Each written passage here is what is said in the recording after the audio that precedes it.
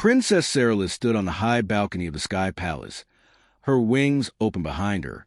They were beautiful to look at, silver blue, soft, and shaped like a royal banner, but they did not move the way they should.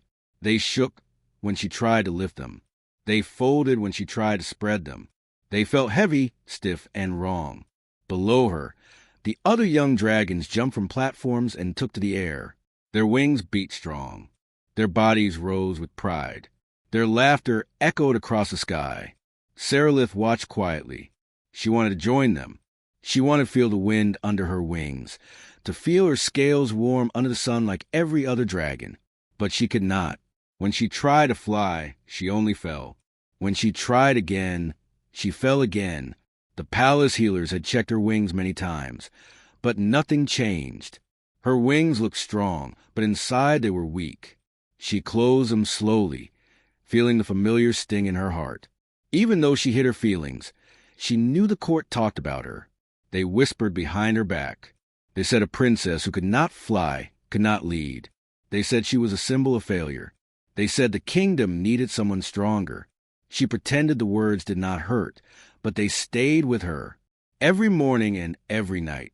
One morning, when the sky was calm and the wind was gentle, a loud alarm echoed across the palace. A human ship had crashed in the forest below the mountains. It was a rare event. Humans did not often travel to Dracarion, and when they did, they stayed away from the dragon capital. Seralith watched from her balcony as guards rushed out to investigate. Her father, the Dragon King, ordered his people to secure the area. Humans were strange to dragons, small, soft, and without wings. But they were clever and curious, sometimes too curious. Later that day, as the sun began to set, Seralith walked through the garden paths alone. She liked this time because no one bothered her. The guards stayed at the palace gates, and no young dragons flew overhead. It was quiet, calm, and peaceful. But that evening, she heard a sound near one of the repair stations. She followed it and found a young human sitting on the ground beside a broken piece of metal. He had dark hair, tired eyes, and oil stains on his hands. He looked frustrated but focused. His clothes showed he was a mechanic from the crashed ship. He glanced up when he noticed her and froze. His eyes widened. Humans usually bowed deeply to dragon royalty, but this human only stared in surprise. "Oh," he said softly. "Sorry, didn't think anyone was here." Seralith nodded. She did not speak right away. She was used to others staring at her wings, but this human did not look at them at all. He looked at her face instead, like she was normal. "What are you fixing?" she asked. "Part of the engine," he replied, tapping the metal. "It burned out before the crash.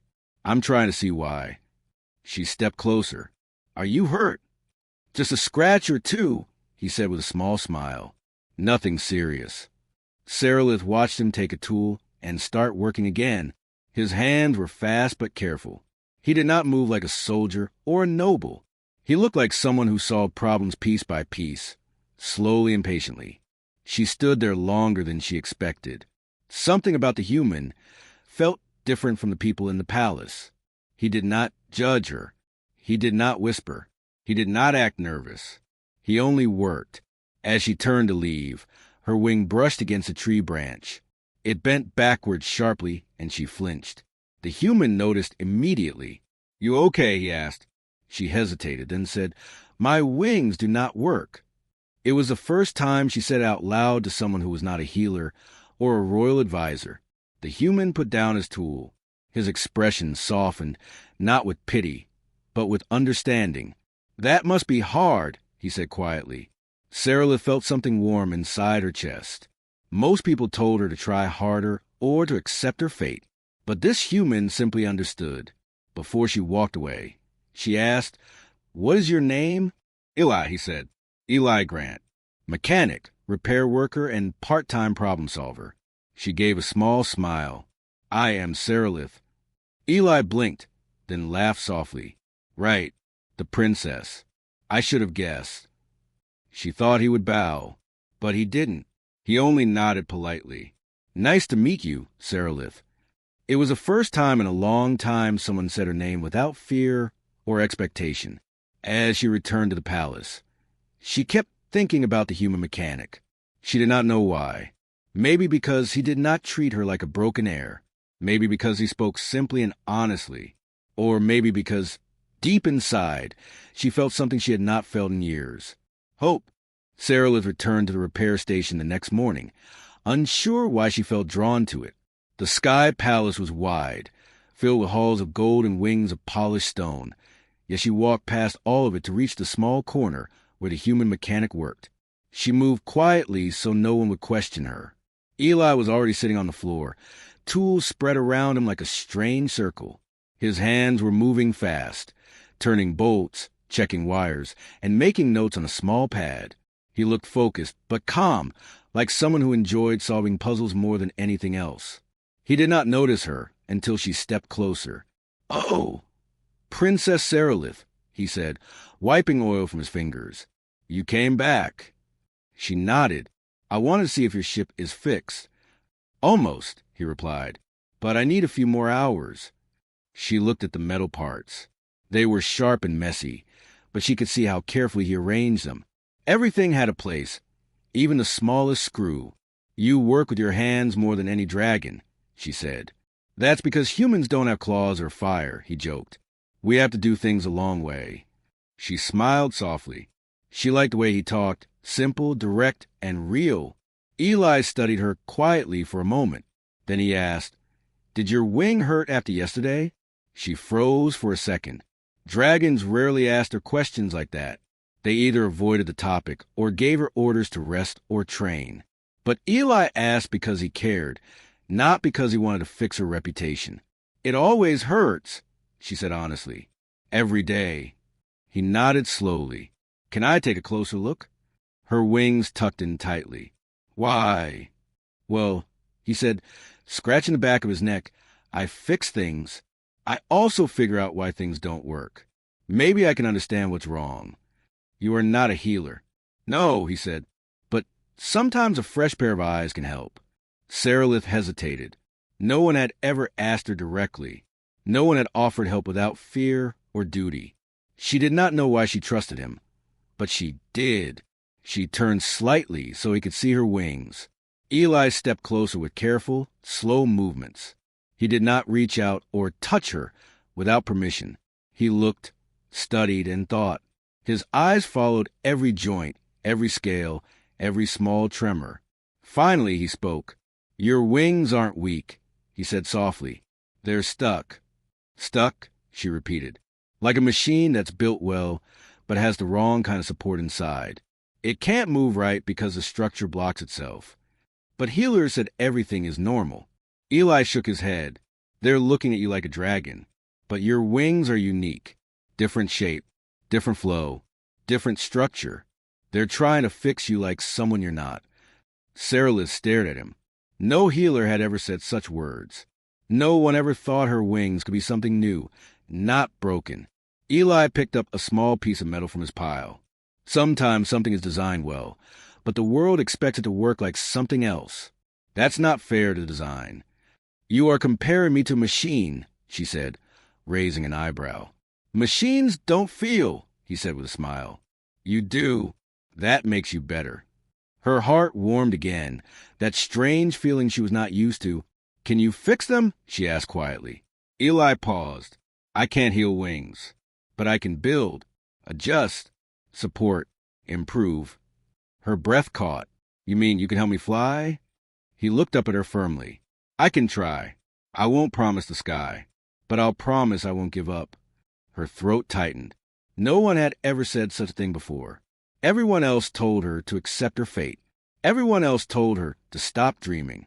Eli did the opposite. He stood up.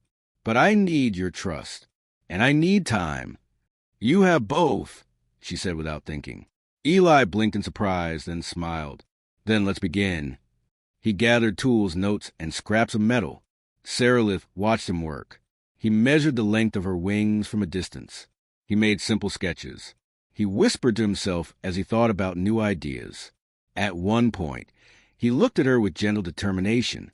"I won't let you fall again." Those words felt like a promise carved into the air. As the sun set behind the palace towers, Saralith realized something important. For the first time in her life, Someone believed she could fly, and that someone was a human mechanic with oil-stained hands and a brave heart. The next morning, the palace halls were louder than usual. Dragons of different sizes walked fast through the corridors, their wings brushing the walls, their voices sharp with worry. Something important had happened, and everyone felt it in the air. Sarilith walked toward the high council chamber with slow steps. Her wings were folded tightly behind her, the same wings that Eli had studied the day before. She felt different now, not healed, not fixed, but hopeful, and that alone was dangerous in the palace. When she entered, the council members were already waiting. Their scales shone brightly under the crystal lights. Some were old, with wings that dragged on the ground. Others were young but proud, standing tall like statues. All of them looked at her the same way, with judgment already decided. One of the elders spoke first. "Princess Sarilith, we heard you visited the lower stations again." She nodded. "I did." "That place is for workers," another said, his voice cold. "Not for royalty." Sarilith kept her voice calm. "I met someone who can help me."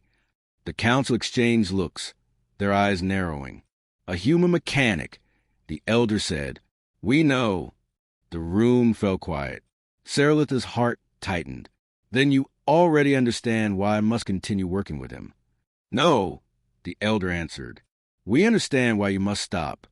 She froze. A younger council member leaned forward. "Princess, the humans are fragile. Their knowledge is simple. They fix machines, not royalty. You insult your own people by asking such a creature for help." "He is not a creature," Sarilith said firmly. "He is skilled. He saw what no healer saw." The council shook their heads. "You speak like a child wanting stories," another elder said. "Wings are either strong or weak. Yours are weak. Accept it." Sarilith felt a spark of anger rise in her chest. "You want me to stay broken." "We want you to stay safe," the elder corrected.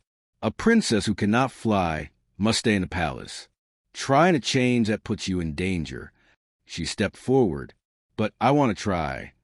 The room grew even colder. Even the crystal lights seemed dimmer. "Trying is the problem," the elder answered, "because you cannot succeed." Sarilith took a slow breath. "You do not know what I can do."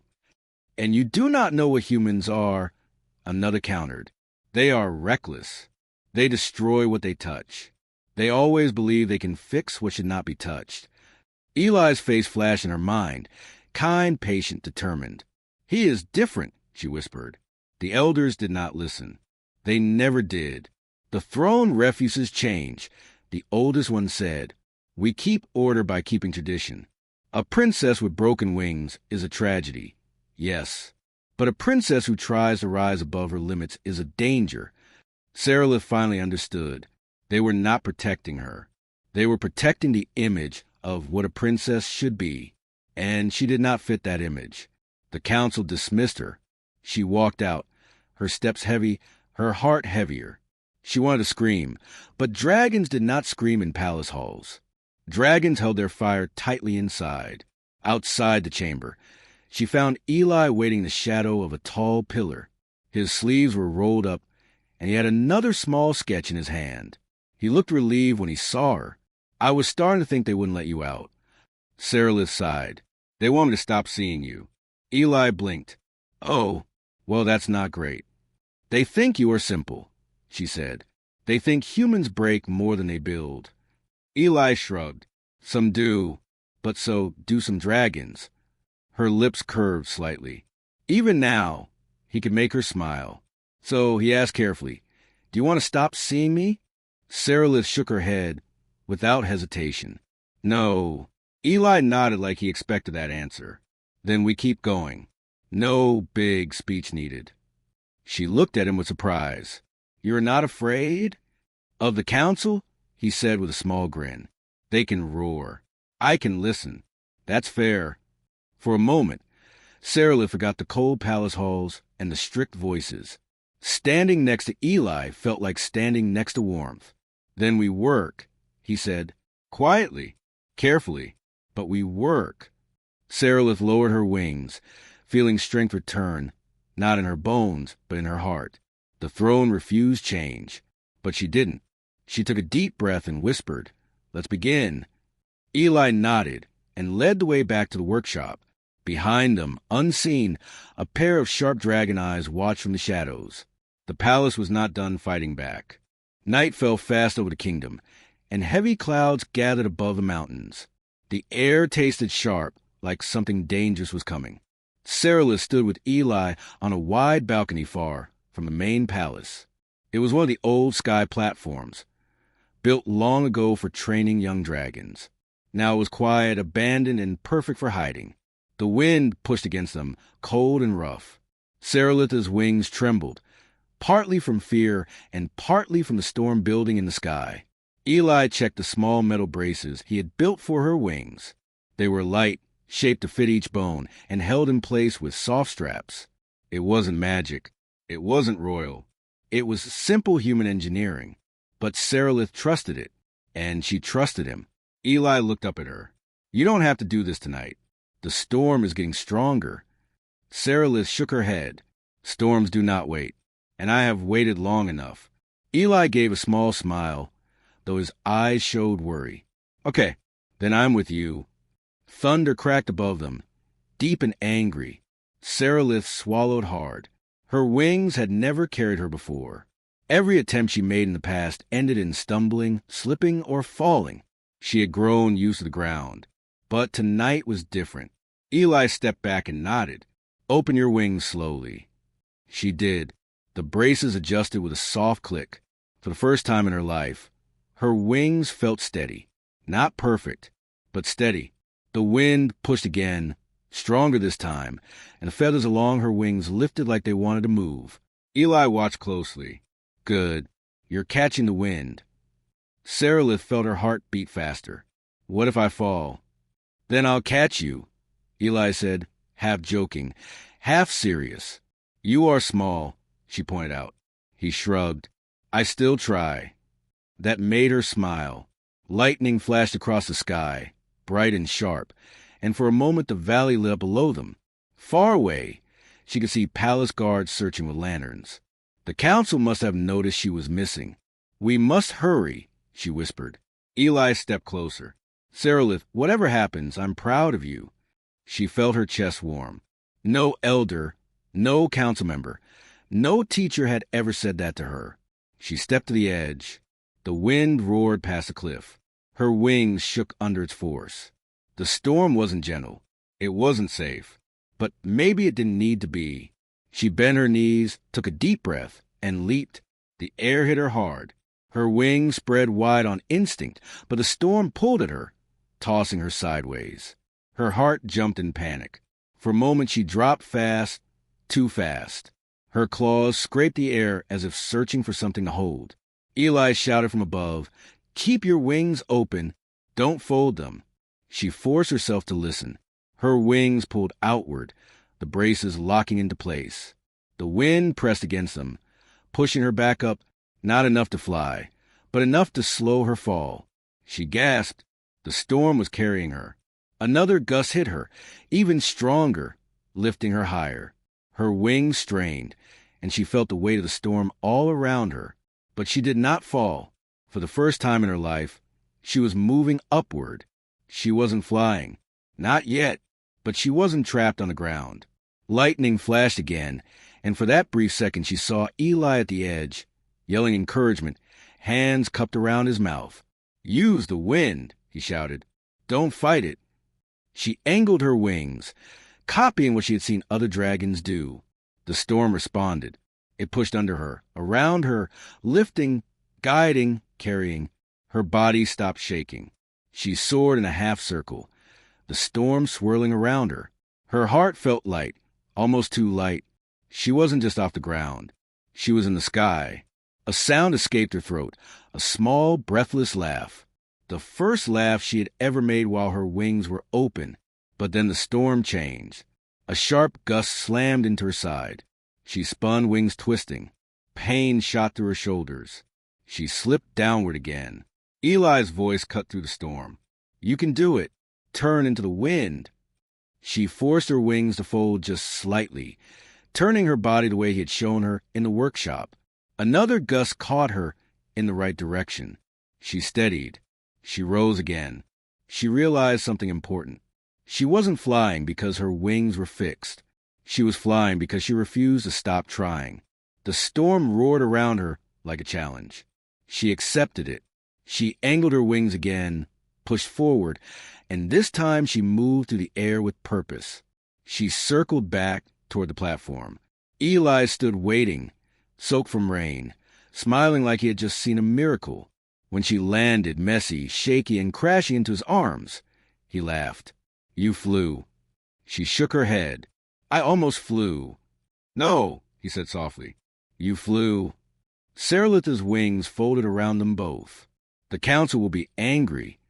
"Probably," Eli said. "But I don't care," she whispered, "because now I know I can rise." Far below, the guards finally spotted them. The storm had given her wings strength. But the real storm was coming, and it had nothing to do with the sky.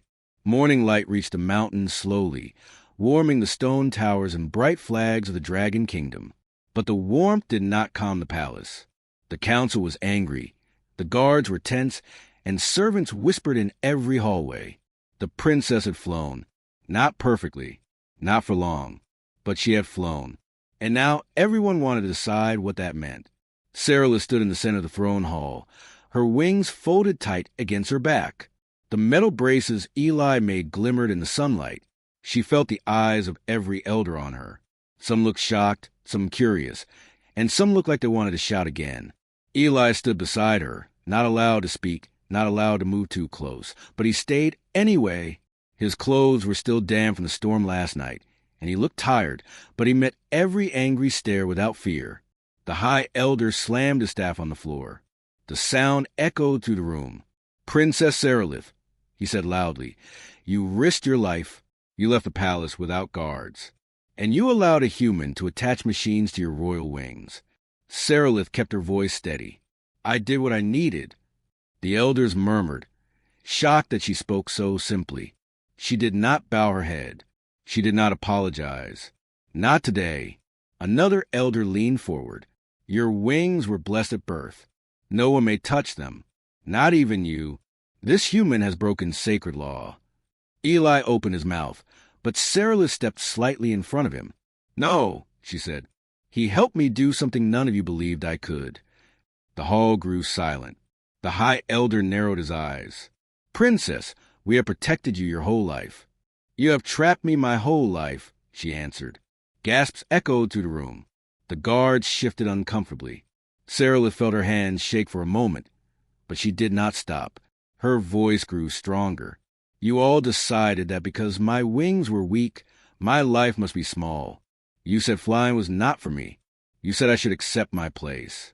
But I want more than a place on the ground." She looked up toward the high windows, where the sky shone pale blue. "I want my own sky." The elders did not know how to answer. They had never heard a royal child speak this way. They had never imagined a princess would challenge them. Eli looked at her with quiet pride. The High Elder finally spoke again. "Your wings are part of our ancient power.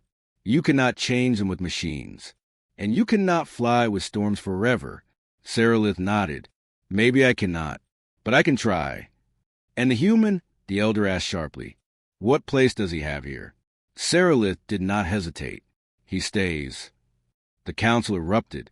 Voices overlapped, loud and angry. Some shouted about tradition, others about danger, others about humans not belonging in the palace. Eli stood still, eyes fixed on the floor. He looked ready to be dragged out by guards at any moment, but he stayed close to Saralith. Then the queen, Saralith's mother, stood slowly from her throne. She had been silent until now, watching her daughter with a face full of mixed emotions. She stepped forward, raising one hand. The hall fell quiet. "Saralith," the queen said gently, "why did you risk so much?" Saralith looked at her mother. Not the crown, not the royal duty, but the woman she loved. "Because I didn't want to live afraid," she said softly. "And because Eli believed in me when no one else did." The queen studied Eli for a moment, then looked back at her daughter. "Did you truly fly?" Saralith felt her heart warm. "Yes, I flew." The queen gave a slow, thoughtful nod. Then she turned to the council. Our laws exist to protect us, but laws that keep a princess from her own sky may need a change. The elders stared in shock. The queen lifted her voice. If Seralith wants to fly, then we will help her learn. If humans can build tools that support our wings, then we will study them. The world is changing.